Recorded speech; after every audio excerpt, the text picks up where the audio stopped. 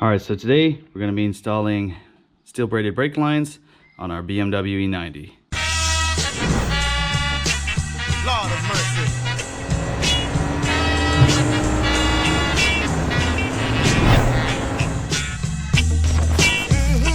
So if you guys have watched in previous videos, we do go to Hockenheimring, we go to Nürburgring.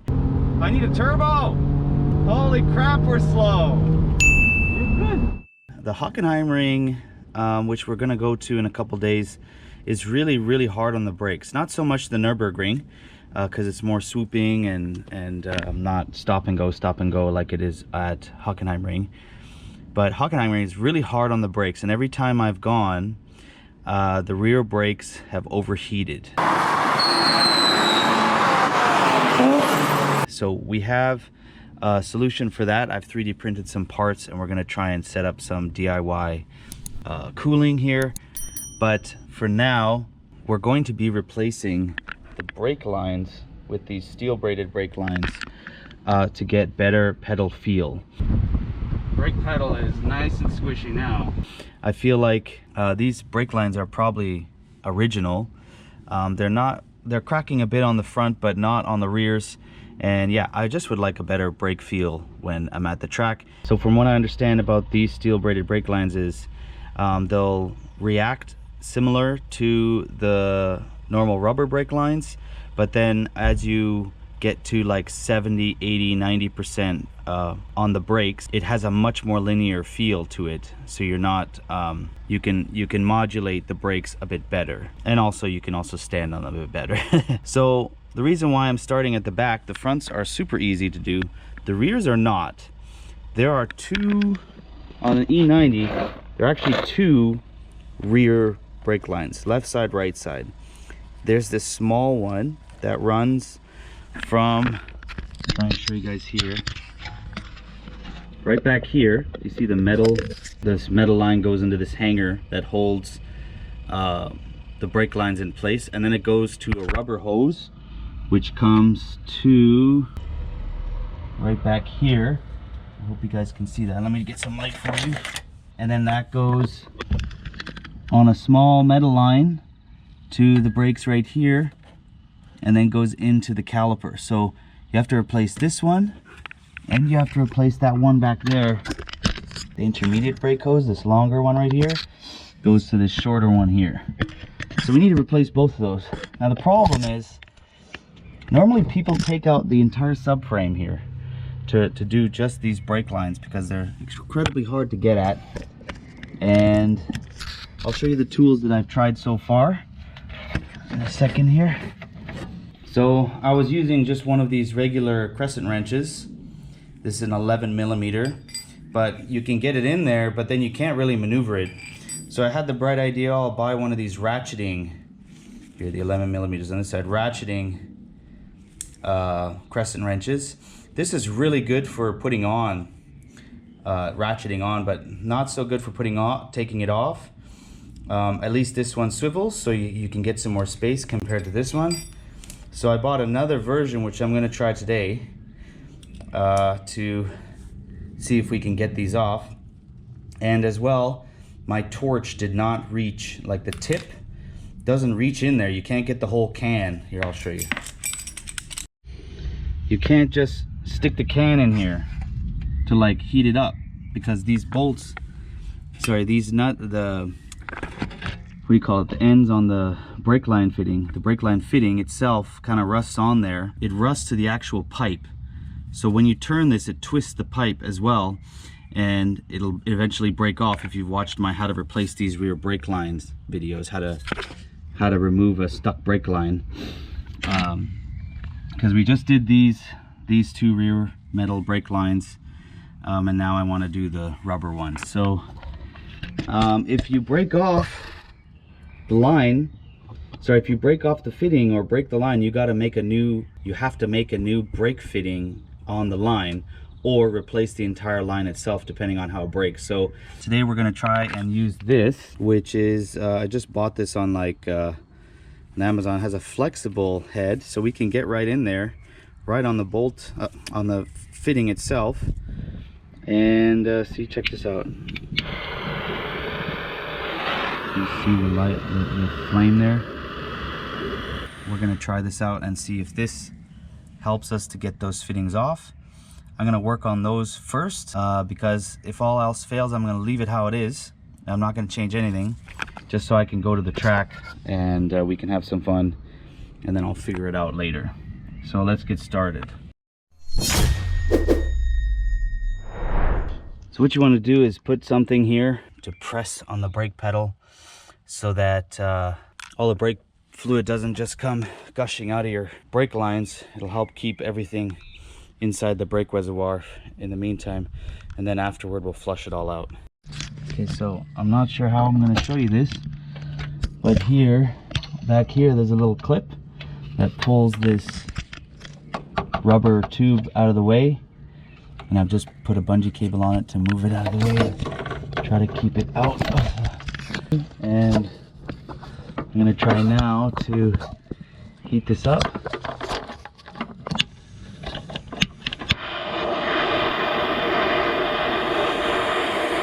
Without damaging it, just to get it loose.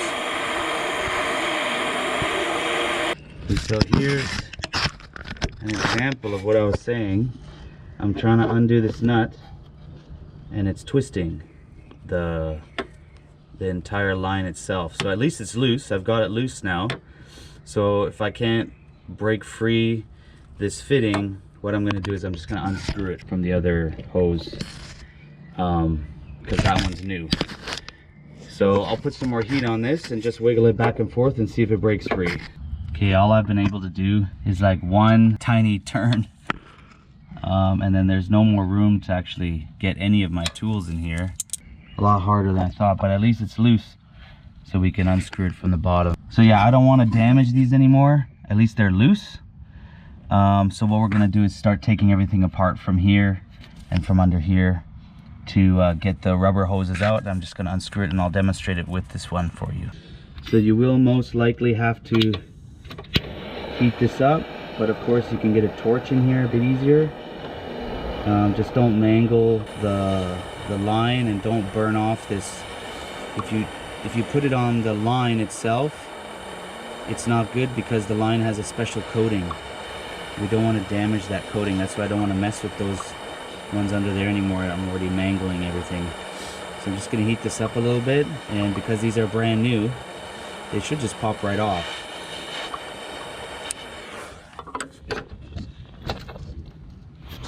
Righty tighty, lefty loosey. There we go. Actually, that was easy.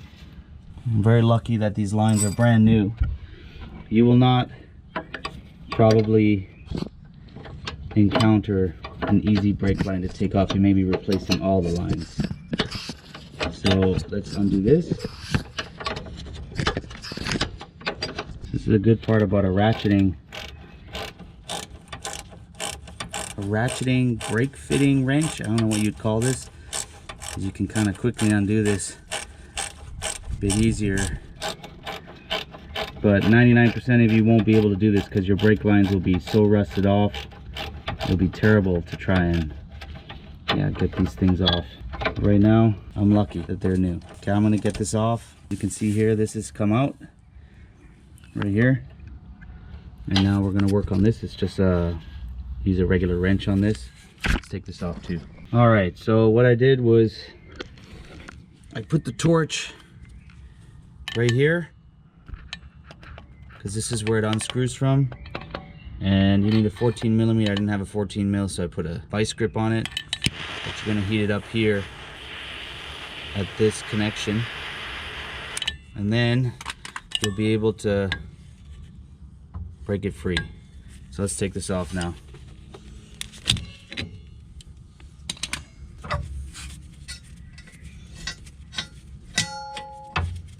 Oh, it's on there. Hold on. So here's the first one out, the easiest one, and we're going to replace it with this line right here. This side goes in the metal intermediate metal brake line.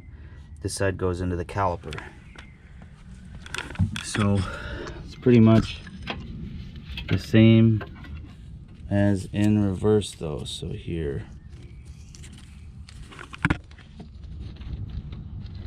Screw that side in first. Well, maybe actually we should have done this the other way. I think we should have done this the other. I guess it doesn't matter because we can screw this. If you can't turn this and it's frozen, you have to do it the other way. You have to screw this on by hand over here, and then you'll have to screw this side in afterward. But because we already did all that work replacing our other lines, should just be able to pop this thing in. Make sure the clip is there. This clip here prevents this from turning.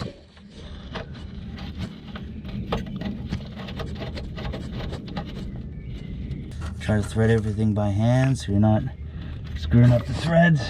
And then let's tighten that on.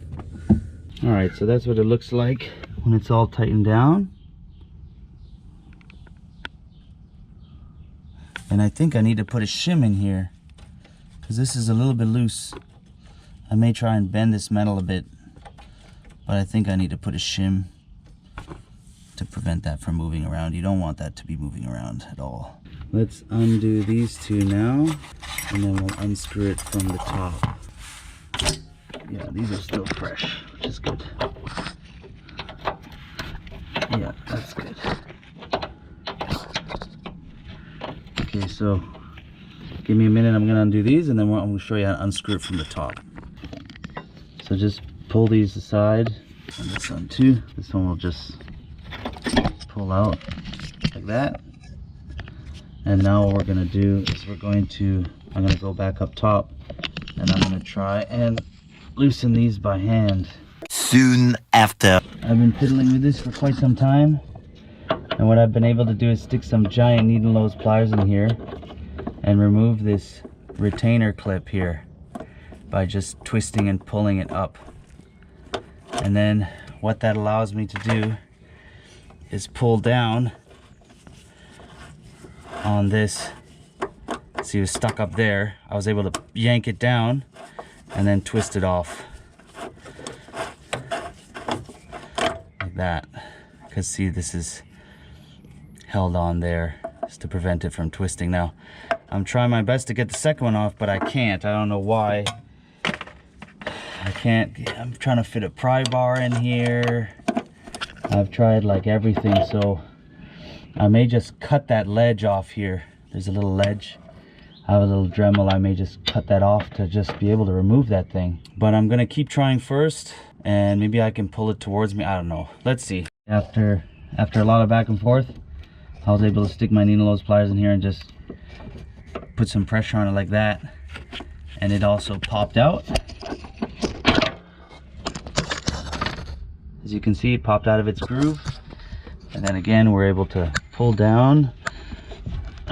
Well, I need two hands for this, but I'm gonna fiddle around up here, make sure it's loose, and pull down and pull it out of its kind of holder, its hanger, whatever you want to call this, and then we can twist it off like the other one. I was able to use my needle nose pliers again to bend and hammer. I even hammered that towards the other side of the car, still a clip. Hammered it over there, and then used my needle nose pliers on this side to bend and lift it up enough, and then I was hammering this down like that to get it out of its hole, and then now it's low enough that I can unscrew this. As you can see, now I have no idea how I'm going to get this back together, but this has been super annoying. It's been the worst brake job ever. So let's put these on now. These are the intermediate ones. You can see they're the same length. What we're gonna have to do is screw them in there, somehow retaining that clip, tightening them. So let's see what happens. So first things first, let's bend these clips back into position, something like that, and we'll reinstall them, and so that they hold everything in place. And now don't forget to brake clean the crap out of brake cleaning the crap out of those fittings to make sure that they don't have any crud on them, which they do. I can see the... I'm gonna spend some time cleaning those threads so that when they go in here, they have a nice seal. One eternity later. Okay, well, that was probably the most painful thing I've had to do, and I don't even know if it's fully tight on there, but what you do is you get under there with a 17 and tighten it from the bottom with your right hand, and with your left hand you put this on top here and hold it in place so that it doesn't move so much, and that's how you tighten that side up. And then of course this part is pretty self-explanatory. You put a 17 on the larger end and an 11 on the smaller brake fitting, and just tighten those back together. So now I'm going to tighten this one up and tighten this one up here, and then we're going to move on to the other side, do the small one on the other side, but I won't show that because it's the same process as here. And then we're going to move on to the fronts. All right, everybody, we're now working on the front. The front brake line attaches here, and the hose goes behind here. It attaches to this little bracket thing with two little rubber grommets, and then it attaches here at the back of the caliper. So here's where you're gonna have the problem. This fitting also may be seized, but I'll show you what I've been doing to get it done. All you need is, of course, a 11mm crescent wrench, a torch. This is much easier. You can just use any torch to get at this one, and some I have some liquid wrench penetrating oil. So what we do is, I've been heating this up, top, bottom, nut, wherever, and then once it's hot, hit it with some penetrating oil, just like that, and then put your wrench on it and slowly twist it back and forth. And in the beginning it wasn't really moving, but after about the third try it's now free, and righty tighty lefty loosey. So we can actually take this thing off now. Now you could do this technique on the rear, but there's just very little access, so, and I didn't want to break those. These, at least I can replace this line if anything goes wrong quite easily. Well, not easily, but at least it's accessible at the front of the car. So let's take this off. I'll be back in a second. Okay, so I removed this bracket because I couldn't see how this comes undone, but you guys could just pull this out, which is a two-handed job. But you need to pull this out of this bracket here. As you can see, we undid this part. Just brake clean it off, and now let's get the bottom part. I think it's a 17. Okay, so I did the same trick here. I just heated it up, sprayed some liquid wrench in there, waited a minute, and then I don't have, this is a 14mm, but I don't have a 14mm wrench. So I just put my vice grips on it and broke it loose. And now you have to twist it off if you've left the caliper in the car.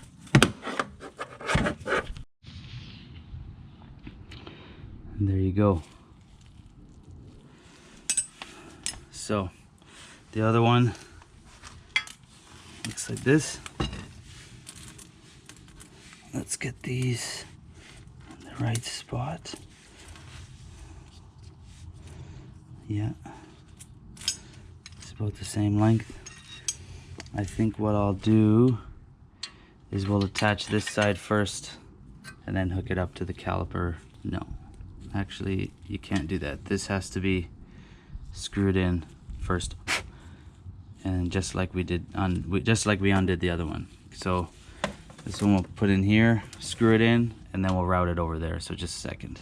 Okay, I ended up taking the caliper off. It's just two 18mm bolts, just because I couldn't actually screw this on with it in the car. I think you can do it, I just was struggling. So yeah, I'm gonna put this in. It takes two hands. Put this on now. Okay, I had to jack up the car a little bit to get this bracket back on. but because this is where the anti-stabilizer bar, this linkage, stabilizer linkage is. So you have to jack this up to get this straight again. Take the pressure off of it. Just careful when you're jacking up your car, you don't jack it up too far. Okay, I'm gonna attach this.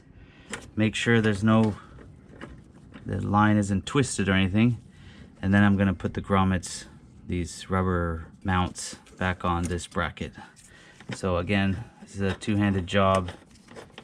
You need a 17 for the top and an 11 for the bottom, and you twist them together. See, that's tight now. Always do stuff hand tight first so you don't screw up the threads. But we're gonna put a 17 on top and then the 11 on the bottom. Make sure this isn't twisted and then tighten it together. So I need two hands for this. All right, and that's all back together. The lines are connected to mount thing. I'll have to go bleed the brakes, but you guys can look at my other video on how to do that. And now just to make sure that everything is tight and torqued, and pretty much that's it. If you guys have made it this far in the video, thank you very much for watching. This isn't too hard of a job except for the rears. The rears are terrible. But give yourself lots of time and be gentle with the fittings. Make sure you don't strip any threads or anything like that. And work slowly, work smart, and good luck changing your lines over to steel braided ones. Thank you so much for watching. Feel free to check out my other video tutorials on my channel. If any of these videos were helpful to you, consider dropping a like and sharing these videos on social media to help other BMW owners save money fixing their cars. See you guys in the next video.